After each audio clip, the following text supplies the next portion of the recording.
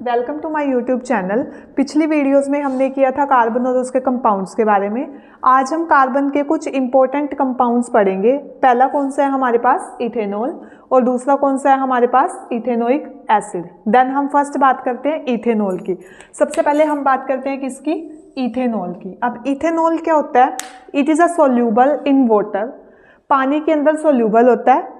Ethanol liquid at room temperature, room temperature पे ये liquid की तरह बिहेव करता है।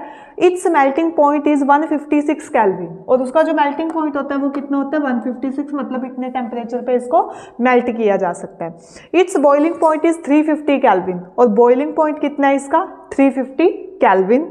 Consumption of dilute ethanol cause drunkenness, consumption, अगर हम इसको बहुत ज़्यादा मात्रा में लेते हैं तो ये कारण किसका बन जाती है, ड्रंकनेस। ड्रंकनेस का मतलब होता है लाइक जो शराब वगैरह पीते हैं उनके बारे में बात की गई है, क्योंकि शराब जो होती है वो इथेनॉल से ही मिलके बनी होती है। Pure ethanol absolute alcohol can be lethal, और जो प्योर इथेनॉल होता है वो लिथल, लिक्विड की फॉर्म में ही पाया जाता है। नेक्स्ट है इसके यूजेस। यूज क्या है इथेनॉल के, it is used in medicine like tincture of iodine, cough syrups. इसका यूज किस में किया जाता है, मेडिसिन के अंदर किया जाता है, कफ सिरप्स के अंदर किया जाता है, टिंक्चर्स में इसका यूज किया जाता है।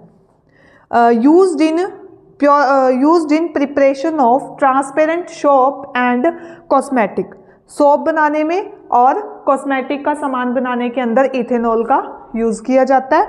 Used alcoholic beverage, alcoholic beverage का मतलब होता है जो पेय पदार्थ होते हैं अल्कोहल से मिलके बने होते हैं, वहाँ पे इनका यूज़ किया जाता है। यूज्ड इन लेबोरेटरी रिएजेंट, और दूसरा यूज इसका लेबोरेटरी के अंदर किया जाता है। तो मेन है कि जो इथेनॉल है वो सोल्यूबल होता है, रूम टेम्परेचर पे लिक्विड की तरह फॉर्म करता है, और अगर इसकी ज़्यादा कंजप्शन हो जाती है तो ये कॉज बन जाता है ड्रंकनेस का, लिथल फॉर्म में पाया जाता है।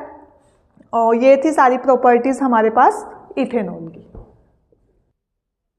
अब है हमारे पास इथेनॉल, इथेनॉल की रिएक्शन, कि इथेनॉल जब रिएक्ट करता है सोडियम के साथ, Na, सोडियम के साथ जब वो रिएक्ट करता है, then 2Na plus CH3CH2OH। 2Na क्या है हमारे पास, सोडियम, और ये क्या है हमारे पास, इथेनॉल। अब ये दोनों आपस में रिएक्ट करेंगे, तो जब इन दोनों की रिएक्शन होगी तो क्या बनेगा, 2CH3CH2O negative and Na positive. ये क्या बन गया हमारे पास, sodium ethoxide, then plus H2, और ये क्या है, हाइड्रोजन गैस। हाइड्रोजन गैस जो है वो इसमें से रिमूव हो गई है। उसके बाद आता है heating ethanol at 443 kelvin with concentrated sulphuric acid. जब आप इथेनॉल को हीट करते हो 443 केल्विन पे कॉन्सेंट्रेटेड सल्फ्यूरिक एसिड के साथ, अब कॉन्सेंट्रेटेड का मतलब, कॉन्सेंट्रेटेड सल्फ्यूरिक एसिड, कॉन्सेंट्रेटेड का मतलब होता है जिसके अंदर एसिड बहुत ज़्यादा होता है और पानी कम होता है, उसको बोलते हैं कॉन्सेंट्रेटेड।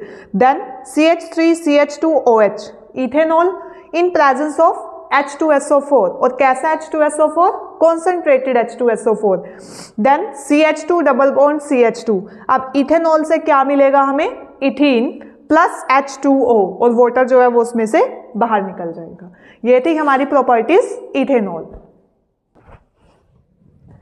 नेक्स्ट आता है हमारे पास इथेनोइक एसिड। अब इथेनोइक एसिड क्या होता है, कॉमनली कॉल्ड एसिटिक एसिड। इसका कॉमन नेम क्या होता है, acetic acid. 5 to 8% acetic acid या फिर इथेनोइक एसिड। अगर आप 5 से 8% एसिटिक एसिड को पानी के अंदर डालते हो तो वो क्या बन जाता है, विनेगर, और इसका यूज हम किचन के अंदर करते हैं, लाइक पिकल्स के अंदर डालते हैं विनेगर को, ताकि उसको लॉन्ग टाइम के लिए सेव करके रख सके। It's freezing point is 290 kelvin, और इसका फ्रीजिंग पॉइंट कितना होता है, 290 केल्विन। अब फ्रीजिंग पॉइंट इसका 290 केल्विन होता है, देन इसका मेल्टिंग पॉइंट भी हमारे पास 290 केल्विन ही होगा।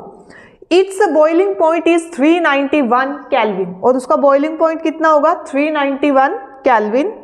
सोर in taste and miscible in water, sour मतलब खट्टा होगा ये टेस्ट में, and miscible in water. Miscible का होता है मतलब होता है पानी के अंदर घुल जाना, और ये इजीली पानी के अंदर घुल जाएगा। तो ये कुछ प्रॉपर्टीज थी हमारे पास इथेनोइक एसिड की। अब इथेनोइक एसिड की रिएक्शन करते हैं। फर्स्ट रिएक्शन नेमिंग रिएक्शन आती है इसमें, एस्टेरिफिकेशन रिएक्शन।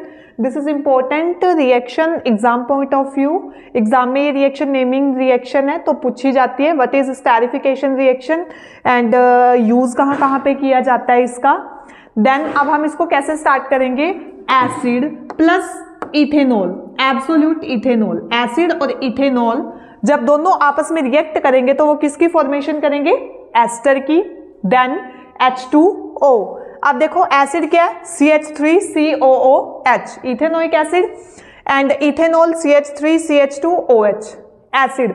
ये बैकवर्ड और फॉरवर्ड दोनों टाइप की रिएक्शन होगी। अब इससे किसकी फॉर्मेशन होगी, एस्टर। अब ये हमारे पास क्या बने हैं, एस्टर्स।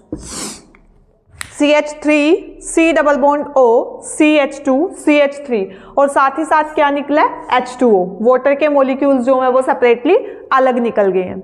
ये थी हमारी एस्टेरिफिकेशन रिएक्शन। देन बताते हैं एस्टेरिफिकेशन रिएक्शन के यूज कहाँ है, कि जो एस्टर्स हैं उनका यूज कहाँ पे किया जाता है। जो एस्टर होते हैं वो स्वीट स्मेलिंग सब्सटेंसेस होते हैं और उनका यूज किया जाता है मेकिंग परफ्यूम। जो हम परफ्यूम लगाते हैं उनके अंदर एस्टर्स का यूज किया जाता है। नेक्स्ट आता है, अगर आप एस्टर्स को ट्रीट करते हो सोडियम हाइड्रोक्साइड के साथ, सोडियम हाइड्रोक्साइड NaOH, अगर आप एस्टर को ट्रीट मतलब रिएक्ट कराते हो सोडियम हाइड्रोक्साइड के साथ, then ester is converted back to alcohol.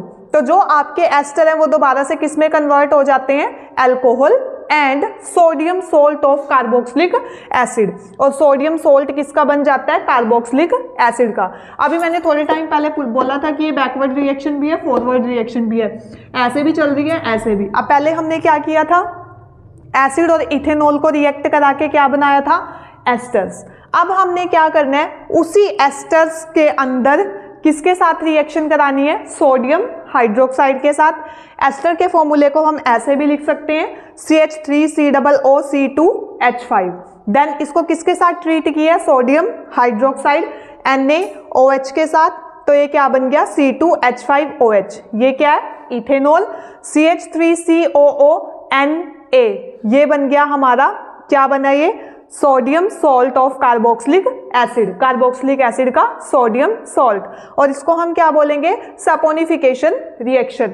ये दो रिएक्शन जो होती हैं ये हमारे पास नेमिंग रिएक्शन है, और ये एज इट इज पेपर में हमसे पूछी जाती है कि what is esterification reaction and right the name of sweet smelling substance. अब हमें जब पता होगा कि एस्टर्स जो हैं राइट द, फिर पूछेंगे वो कि आप बताओ कि परफ्यूम के अंदर कौन सा यूज़ किया जाता है, क्या यूज़ किया जाता है, तो तब भी अगर हमें पता होगा एस्टेरिफिकेशन रिएक्शन का तो हम उसका आंसर इजीली एस्टर लिख सकते हैं। तो ये थी हमारी रिएक्शन, एस्टेरिफिकेशन रिएक्शन।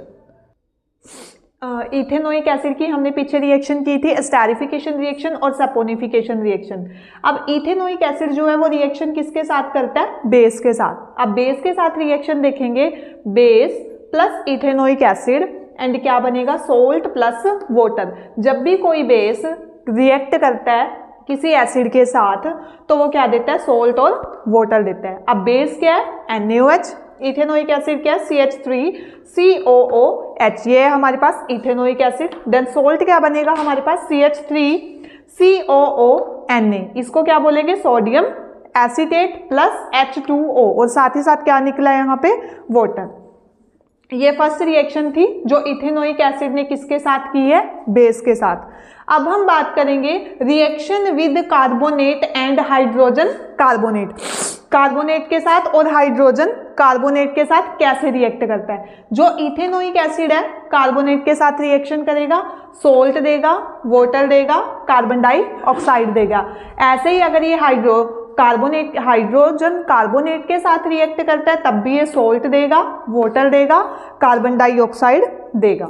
तो पहले बात करते हैं, जो इथेनोइक एसिड है वो कार्बोनेट के साथ रिएक्ट करेगा, Na2CO3, देन क्या बनेगा, 2CH3COONA, sodium acetate plus H2O and then CO2।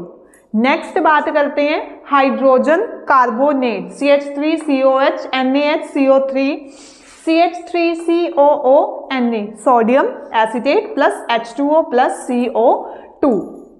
अब ये थी हमारी इंपॉर्टेंट रिएक्शन इथेनोइक एसिड की। पहले एस्टेरिफिकेशन की, फिर सैपोनिफिकेशन की, अब उसको बेस के साथ रिएक्ट किया है और अब हमने उसको कार्बोनेट के साथ, कार्बोनेट और हाइड्रोजन कार्बोनेट के साथ रिएक्ट किया है। तो ये था हमारा सारे का सारा प्रोसेस इथेनॉल और इथेनोइक एसिड का। अब आपने ये फुल वीडियो कंप्लीट देखनी है। अगर आपको इसमें कोई भी डाउट आता है तो आप कमेंट बॉक्स में कमेंट करके पूछ सकते हो, और अगर आप मेरे चैनल पे नए आए हो तो प्लीज़ सब्सक्राइब माय चैनल।